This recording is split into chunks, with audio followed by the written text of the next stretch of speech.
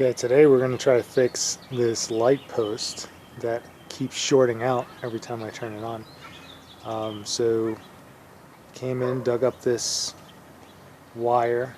This whole wire was just a couple inches below the ground, which really isn't all that great, but we're just going to try and fix it.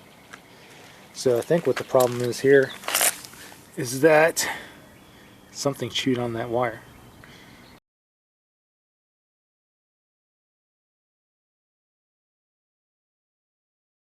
Go ahead, flip the switch. Ready? Yeah. Doesn't work. Did it pop the Oh, wait. Sorry, it's not the right switch. Oh, it does work.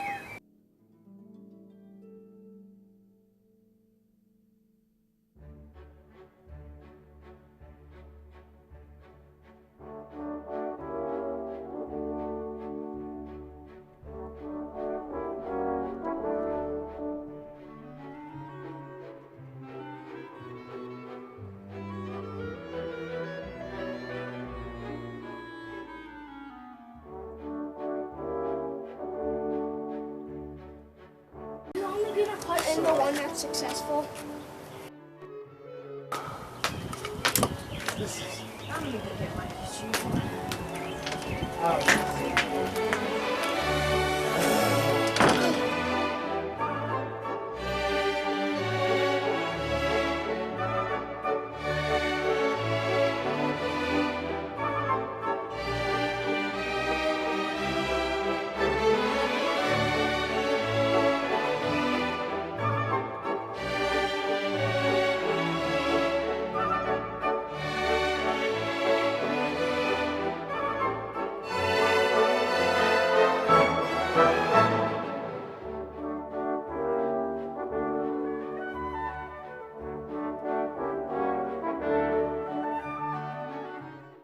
Before I cover up the wire, I want to go over a couple things.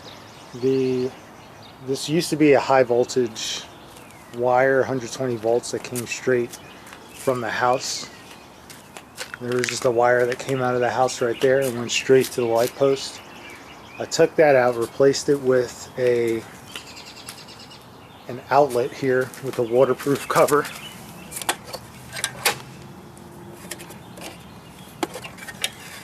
So now there's a GFCI outlet there.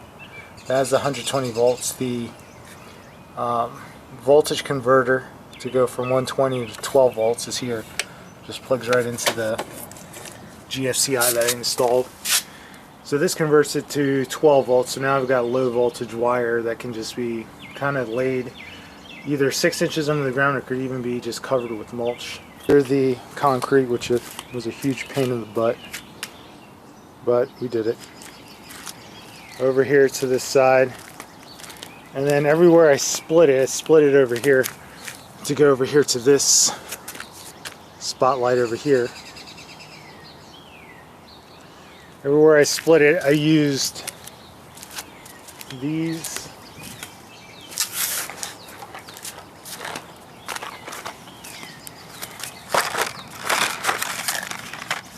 waterproof wire connectors.